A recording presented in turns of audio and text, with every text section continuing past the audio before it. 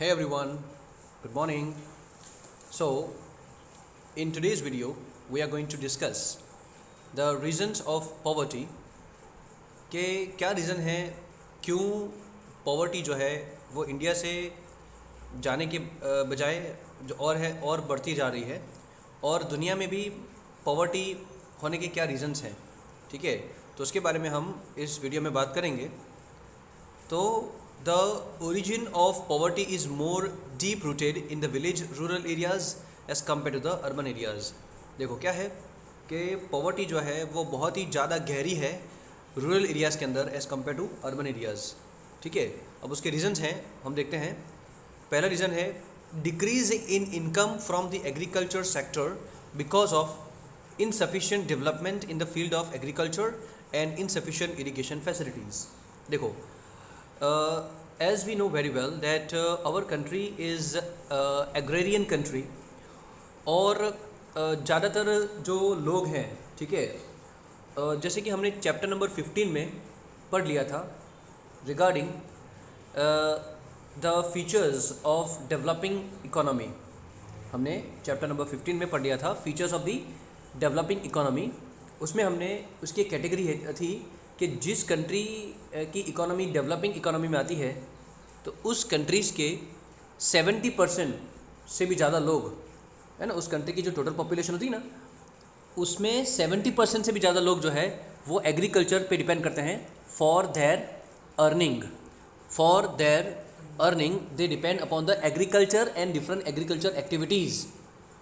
और आपको जैसे पता है कि रूरल एरिया में, गांव के अंदर तो सबसे ज़्यादा एग्रीकल्चर ही होता है, और उसके बिना तो पॉसिबल ही नहीं है कि जो वो अपने घर पे 2 वक्त का जो है अनाज या खाना ला सके, राइट। अब यहाँ पे क्या है कि एग्रीकल्चर सेक्टर जो है वो आज सबसे ज़्यादा सफ़र कर रहा है। उसके बहुत सारे रीजंस हैं। उसमें सबसे पहला है कि in the insufficient development in the field of agriculture की फील्ड पे डेवलपमेंट जो होना चाहिए था वो नहीं हुआ है। ये हम कह सकते हैं, उसके लिए बहुत सारे फैक्टर रिस्पॉन्सिबल हैं। उसमें सबसे पहला फैक्टर है फार्मर खुद ही। फार्मर्स के पास आज नई मॉडर्न टेक्नोलॉजी, जो मशीनरी होनी चाहिए एग्रीकल्चर के लिए, वो आज उनके पास नहीं है। उनके पास क्यों नहीं है? Because they have the very limited source of income, ठीक है। और उनके पास जो है वो आज नई टेक्नोलॉजी को अपनाने के लिए जो मशीनरीज़, या फिर हम कह सकते हैं ना कि भाई जो पैसा होना चाहिए वो पैसा नहीं है, और उनके पास एक तो लेक ऑफ नॉलेज है, एजुकेशन की कमी है, ठीक है। और उसकी वजह से आज गवर्नमेंट जो अलग अलग तरह की स्कीम्स और अलग अलग जो प्रोग्राम्स फार्मर के लिए चला रही है, तो उनके पास नॉलेज ना होने की वजह से वो इन सभी स्कीम्स का फ़ायदा नहीं उठा पाते, ठीक है। और उसकी वजह से ये फार्मर्स, और हाँ, उनके पास जो है इरिगेशन फैसिलिटीज़ की भी कमी है। तो हम कह सकते हैं इरिगेशन का मतलब क्या है कि भाई उसमें जो पानी हम देते हैं फील्ड के अंदर, तो ये सब चीज़ों की कमी है। यानी ओवरऑल एग्रीकल्चर जो है उसकी हालत बहुत ही ख़राब है, ठीक है।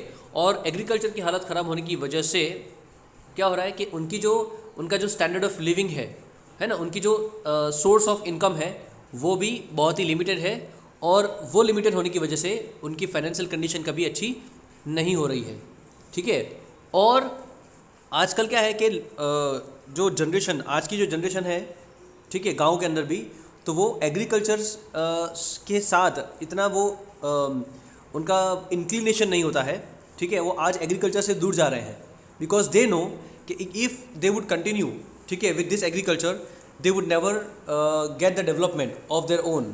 तो इसीलिए आज वो एग्रीकल्चर से दूर जा रहे हैं, उनका इंटरेस्ट जो है वो एग्रीकल्चर से कम हो रहा है। इसीलिए एग्रीकल्चर धीरे धीरे डिक्रीज़ हो रहा है हमारे देश में खास करके, ठीक है। तो एक ये पहला पॉइंट है पॉवर्टी का, ठीक है, कि एग्रीकल्चर में अच्छा नहीं हो रहा है। दूसरा है lake of alternative employment apart from the farming. अब देखो, गांव के अंदर जैसे कि हमें पता है कि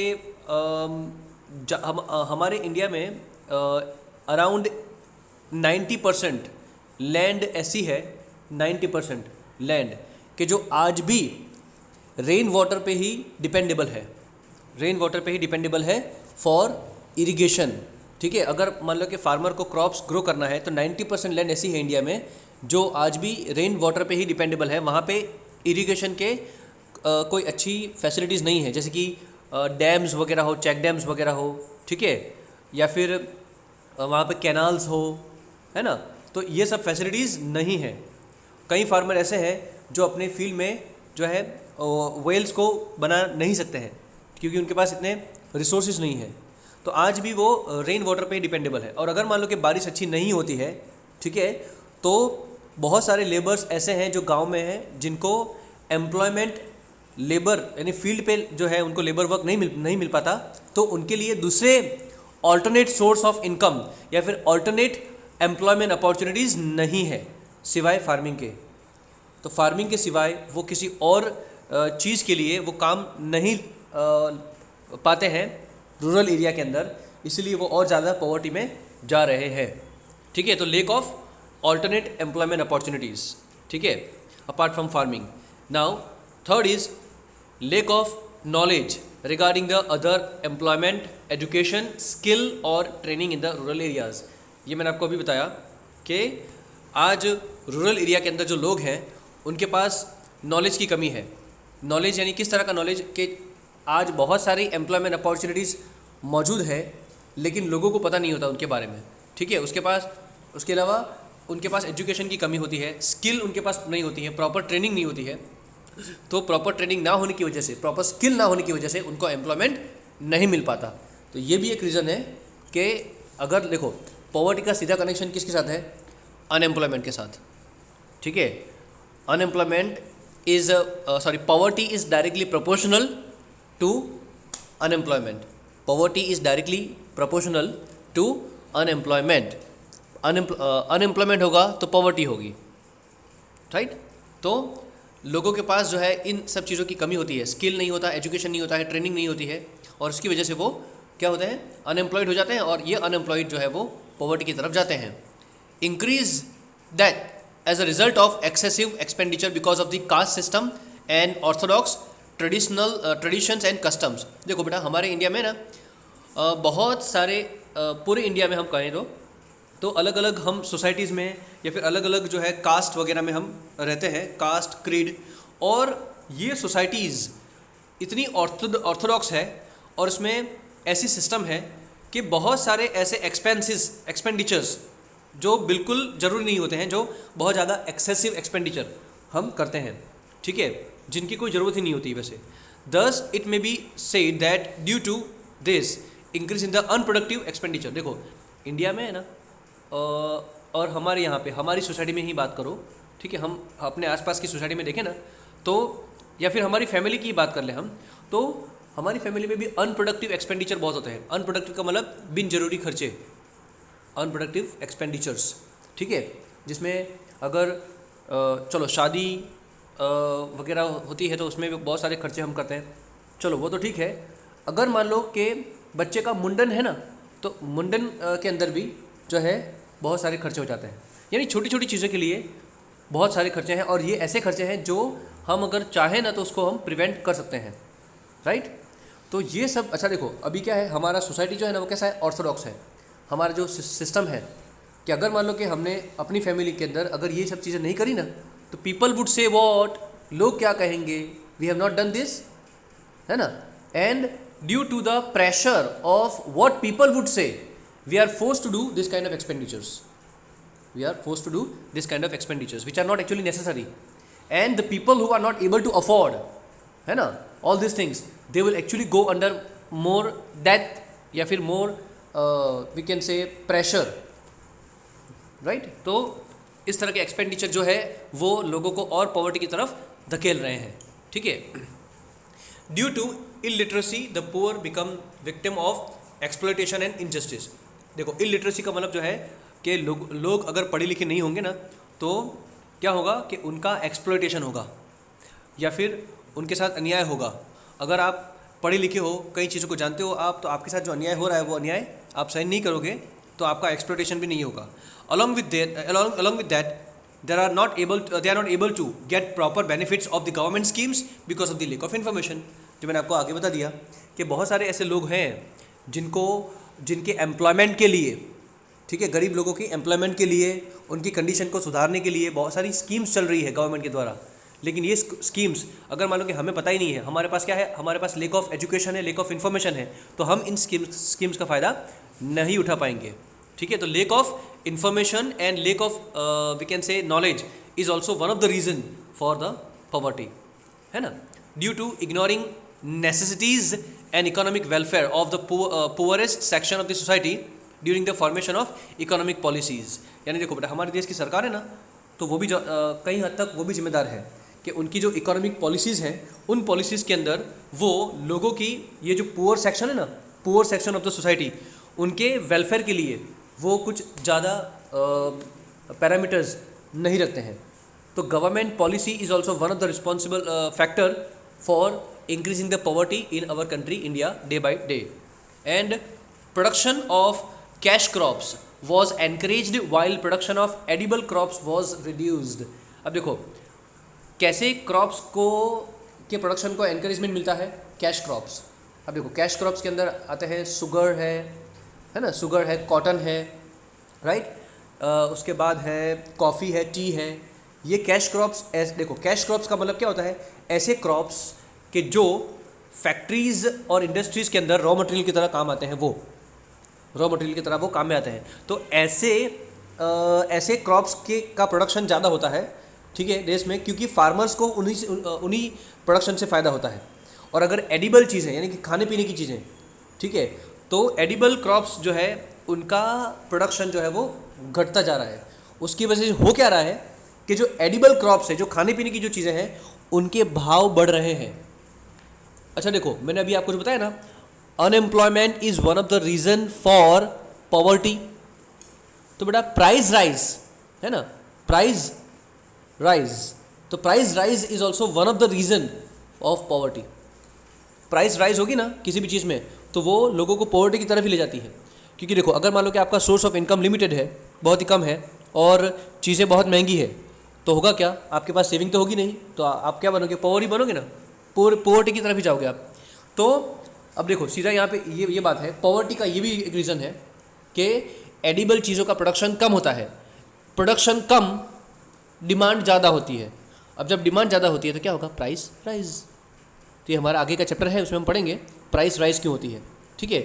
तो प्राइस राइज जो है वो भी एक रीज़न है एडिबल चीज़ों के अंदर, और कैश क्रॉप्स का प्रोडक्शन ज़्यादा होता है, ठीक है। तो इसीलिए this actually triggers the scarcity of food grains, जो मैंने आपको अभी बताया, ठीक है।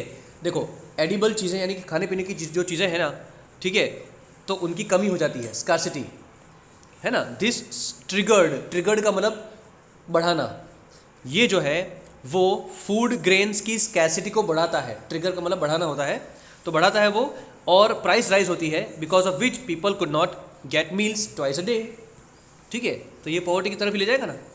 Now because of execution of economic reforms, rural economy collapse. देखो execution of the economic reforms, अब देखो हमारी गवर्नमेंट ने बहुत सारे इकोनॉमिक रिफॉर्म्स किए हैं, और उन इकोनॉमिक रिफॉर्म्स के अंदर फोकस दिया गया है सिर्फ और सिर्फ heavy and large scale industries को।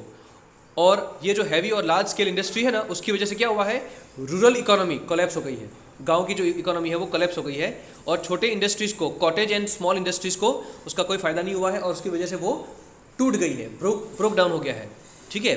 एंड दैट इज़ वाई गांव के अंदर एम्प्लॉयमेंट कम हो गया है, कॉटेज इंडस्ट्रीज़ वगैरह नहीं है, तो people are now migrating to the rural areas, sorry urban areas. People from the rural areas they are migrating to the urban areas, and ये माइग्रेशन जो है, migration of the people is also increasing the poverty, है ना। अब देखो ये कैसा होता है कि शहरों में ऑलरेडी लेबर है, गांव से और लेबर आते हैं, तो अब अर्बन एरिया में लेबर की संख्या बढ़ जाती है। अब ये लेबर की संख्या जो है वो क्या करती है, इन्फ्लेशन लाती है, inflation of in the labour.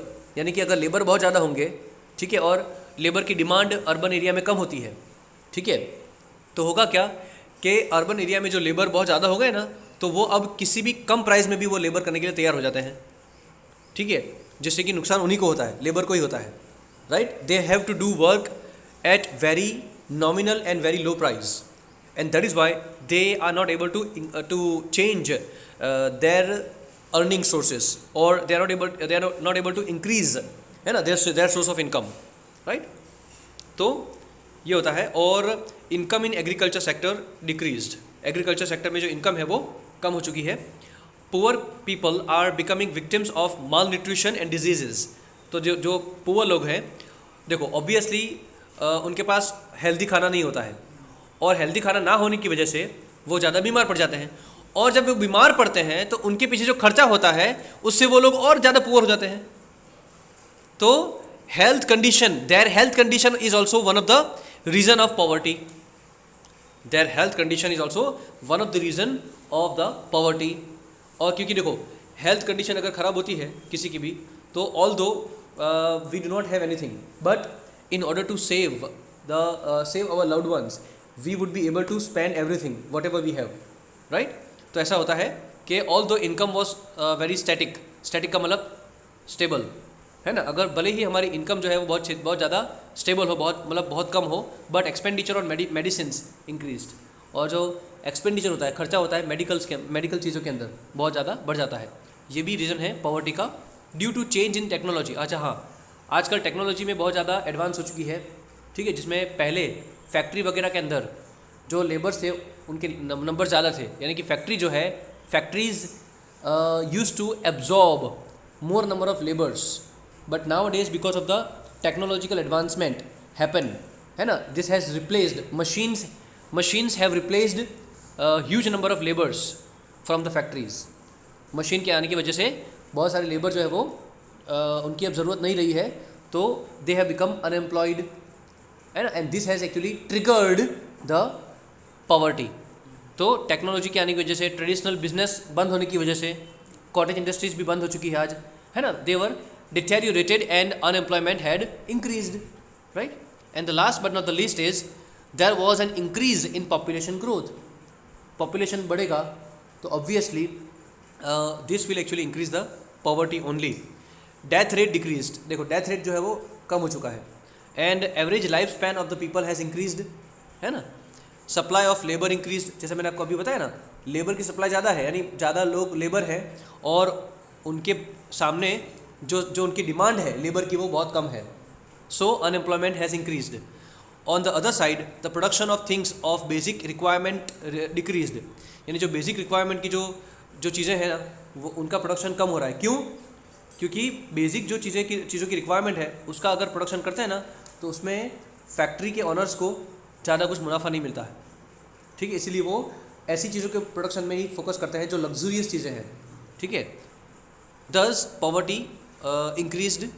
So these are the things.